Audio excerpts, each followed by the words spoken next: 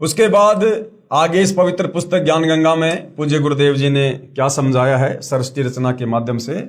विष्णु का अपने पिता काल ब्रह्म की प्राप्ति के लिए प्रस्थान व माता का आशीर्वाद पाना। ब्रह्मा जी को तो उसका पिता मिला नहीं, ब्रह्म के दर्शन हुए नहीं, जो श्राप देना था दुर्गा ने उसको दे दिया।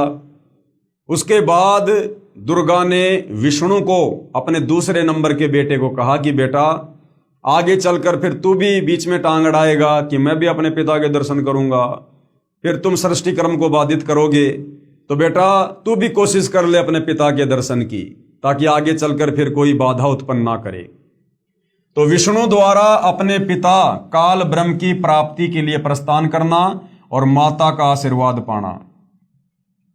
इसके बाद विष्णु से प्रकृति यानी दुर्गा ने कहा कि पुत्र तू भी अपने पिता का पता लगा ले। तब विष्णु अपने पिताजी काल ब्रह्म का पता करते करते पाताल लोक में चले गए, जहां शेष नाग था। उसने विष्णु को अपनी सीमा में एंटर होते देखकर क्रोधित होकर जहर भरा फूंकार मारा। उसके विष के प्रभाव से विष्णु जी का रंग सांवला हो गया, जैसे स्प्रे पेंट हो जाता है। तब विष्णु ने चाहा कि इस नाग को मजा चखाना चाहिए कि इसने बेवजह मेरे ऊपर जहर की फुकार मार दी, मैंने इसका कुछ किया नहीं। तो विष्णु जी ने सोचा कि अब इसके मजा चखाना चाहिए अब इसको। तब ज्योति निरंजन यानी काल ने देखा कि अब विष्णु को शांत करना चाहिए। उस काल ने फिर आकाशवाणी की, ये सोचकर अगर तुम इसी प्रकार आपस में लड़ते रहोगे तो भैया मेरे लिए भोजन की व्यवस्था कौन करेगा, जीवों की उत्पत्ति कौन करेगा। तो काल ने आकाशवाणी कर दी। तब ज्योति निरंजन काल ने देखा कि अब विष्णु को शांत करना चाहिए। तब आकाशवाणी हुई कि विष्णु अब तू अपनी माता जी के पास जा और सत्य सत्य सारा विवरण बता देना, तथा जो कष्ट आपको शेषनाग से हुआ है इसका बदला द्वापर युग में लेना, कि मैं तुझे इसका बदला द्वापर युग में दिलवाऊंगा। द्वापर युग में आप विष्णु तो श्री कृष्ण अवतार धारण करोगे और ये जो शेषनाग है ये काली दय में कालेंद्री नामक नाग होगा, शेषनाग का अवतार होगा। ऊंच होई के नीच सतावे ताकर बदला मोही सो पावे, जो जीव देई पीर पुनि कहूं हम पुनि बदला दिवावे ताहूं। तब विष्णु जी माता जी के पास आए तथा सत्य सत्य कह दिया कि मुझे पिताजी के दर्शन नहीं हुए। विष्णु जी ने झूठ नहीं बोला, विष्णु जी ने साफ साफ कह दिया कि माता मुझे मेरे पिताजी के दर्शन नहीं हुए। इस बात से माता यानी प्रकृति दुर्गा बहुत प्रसन्न हुई और कहा कि पुत्र तू सत्यवादी है, अब मैं अपनी शक्ति से तेरे पिता से मिलाती हूं तथा तेरे मन का संशय खत्म करती हूं। कबीर परमात्मा जी क्या कहते हैं, कबीर देख पुत्र तो ही पिता भिटाऊं, कि बेटा विष्णु मैं तुझे तेरे पिता के दर्शन करवाती हूं और तेरे मन का धोखा मिटाऊं। मन स्वरूप करता कह जानो, कि ये मन ही काल है, मन ते दूजा और न मानो। इस मन के अलावा और मत समझ कि कोई तेरा बाप है, कोई भगवान है। स्वर्ग पाताल दौर मन केरा, मन अस्थिर मन है अनेरा, निरंकार मन ही को कहिए, मन ही आस निस दिन रहिए। देख हूं पलटी शून्य में है ज्योति, जहां पर झिलमिल झालर ज्योति होती। इस प्रकार माता यानी अष्टंगी प्रकृति यानी दुर्गा ने विष्णु से कहा कि मन ही जग का करता है, यही ज्योति निरंजन है। ध्यान में जो 1000 ज्योतियां नजर आती है वही उसका असली रूप है। जो शंख घंटा आदि का बाजा सुना ये महास्वर्ग में निरंजन का ही बज रहा है। तब माता यानी अष्टंगी प्रकृति ने कहा कि हे पुत्र तुम सब देवों के सरताज हो और तेरी हर कामना व कार्य मैं पूर्ण करूंगी। तेरी पूजा सर्व जग में होगी। आपने मुझे सच सच बताया है। काल के 21 ब्रह्मांडों के प्राणियों की विशेष आदत है कि अपनी व्यर्थ महिमा बनाता है। जैसे दुर्गा जी श्री विष्णु जी को कह रही है कि तेरी पूजा जग में होगी, मैंने तुझे तेरे पिता के दर्शन करा दिए। दुर्गा ने केवल प्रकाश दिखाकर श्री विष्णु जी को बहका दिया।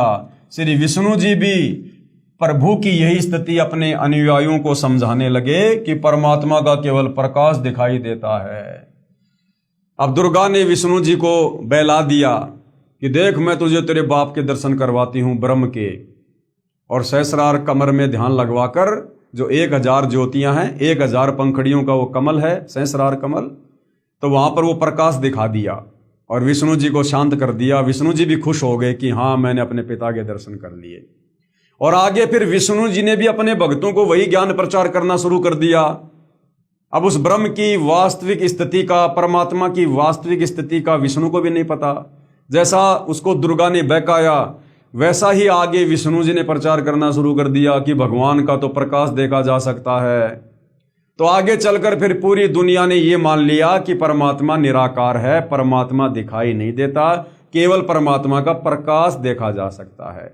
जिस कारण से पूरी दुनिया ने भगवान को निराकार मान लिया। जबकि भाइयों और बहनों, परमात्मा तो निराकार है ही नहीं, ये काल भी निराकार नहीं है, ये काल भी साकार है, लेकिन ये अव्यक्त रहता है, ये किसी को दर्शन नहीं देता है। परमात्मा निराकार है, यानी विष्णु ने आगे बताना शुरू कर दिया। इसके बाद आदि भवानी यानी रुद्र महेश जी के पास गई, यानी शंकर जी के पास गई, अपने तीसरे बेटे के पास, तथा कहा कि महेश यानी शंकर, तू भी कर ले अपने पिता की खोज। तेरे दोनों भाइयों को तो तुम्हारे पिताजी के दर्शन हुए नहीं, उनको जो देना था वह प्रदान कर दिया मैंने, अब आप मांगो जो मांगना है।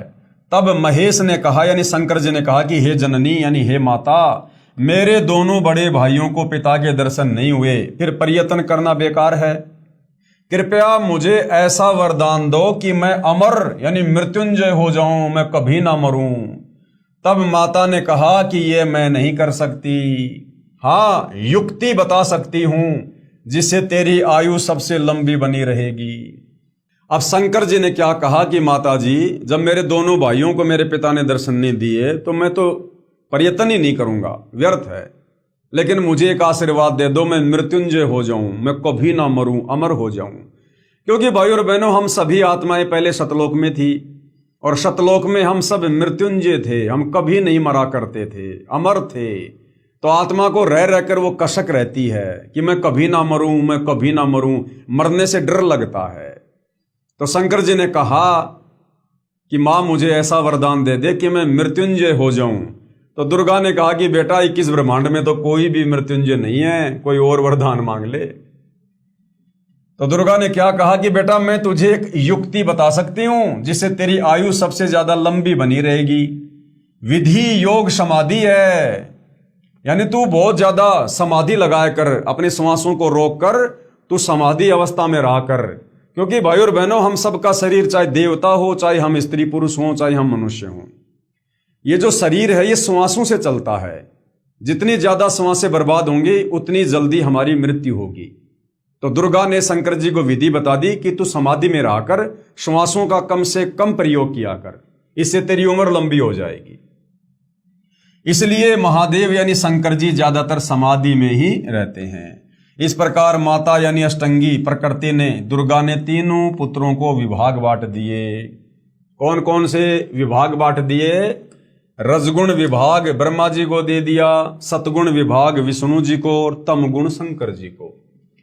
भगवान ब्रह्मा जी को काल लोक में 184 के चोले यानी शरीर रचने बनाने का, अर्थात रजोगुण प्रभावित करके संतान उत्पत्ति के लिए विवश करके जीव उत्पत्ति कराने का विभाग प्रदान किया। जितने भी प्राणी 21 ब्रह्मांड में, तीनों लोकों में, पृथ्वीलोक, स्वर्गलोक, पाताल लोक में जितने भी प्राणी हैं, चाहे गधा, कुत्ता, सुअर, स्त्री, पुरुष, जो बच्चे पैदा करने की जो इच्छा जागृत होती है, विषय वासना, काम वासना, संभोग करने की, सेक्स करने की, ये ब्रह्मा जी के रजोगुण के दबाव के कारण होती है। तो रजोगुण का जो विभाग था वो दुर्गा ने श्री ब्रह्मा जी को दे दिया और भगवान विष्णु जी को इन जीवों के पालन पोषण कर्म अनुसार करने तथा मोह ममता उत्पन्न करके स्थिति बनाए रखने का विभाग दिया। और आपस में एक दूसरे को मोह ममता में बांध के रखने का जो शतोगुण का विभाग है ये मेरा खेत, ये मेरी प्रॉपर्टी, ये मेरा प्लॉट, एक एक इंच जमीन के लिए लोग मुकदमा कर देते हैं, लड़ मरते हैं, भाई भाई को मार देता है। तो ये जो मोह ममता है, जो ये संपत्ति के प्रति, अपने बेटा बेटी के प्रति, ये श्री विष्णु जी के सतोगुण के प्रभाव के कारण है, जो दुर्गा ने इसको विष्णु जी को दिया। भगवान विष्णु जी को इन जीवों के पालन पोषण करने तथा मोह ममता उत्पन्न करके स्थिति बनाए रखने का विभाग दिया। फिर तीसरे भगवान शंकर जी को क्या दिया?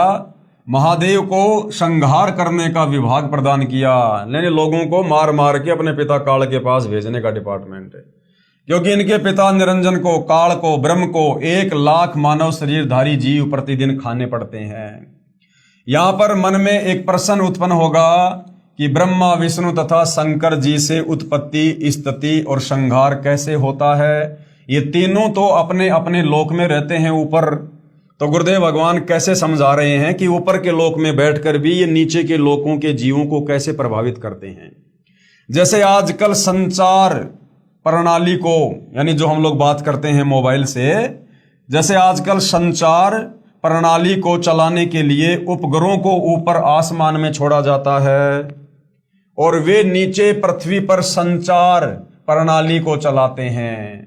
यानी ऊपर अंतरिक्ष में तो उपग्रह होते हैं, सैटेलाइट होती हैं, और नीचे उन सैटेलाइट से निकल रही वो तरंगें नीचे का जो टावर होता है वहां आती है, वहां से हम सब के मोबाइल में आती है और हम सब आपस में बातचीत करते हैं।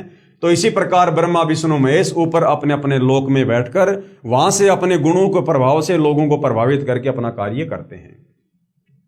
ठीक इसी प्रकार ये तीनों देव जहां भी रहते हैं, इनके शरीर से निकलने वाले सूक्ष्म गुण की तरंगें तीनों लोकों में अपने आप हर प्राणी पर प्रभाव बनाए रखते हैं।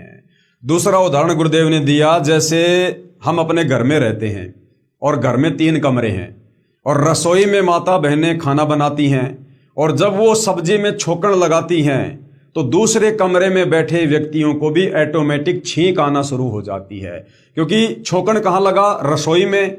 रसोई में छोकन लगने से मिर्च की जो सूक्ष्म जो वो तरंगे थी वो दूसरे कमरे में बैठे व्यक्तियों को भी प्रभावित कर रही हैं, उनको भी छींक आ रही है, वो छींकने के लिए विवश हो रहे हैं। इसी प्रकार ब्रह्मा, विष्णु, महेश ऊपर अपने अपने लोकों में बैठकर और अपने अपने जो गुण हैं, रजगुण, सतगुण, तमगुण, इसका प्रभाव तीनों लोकों में बनाए हुए हैं और पूरे प्राणी तीनों गुणों के विवश रहते हैं।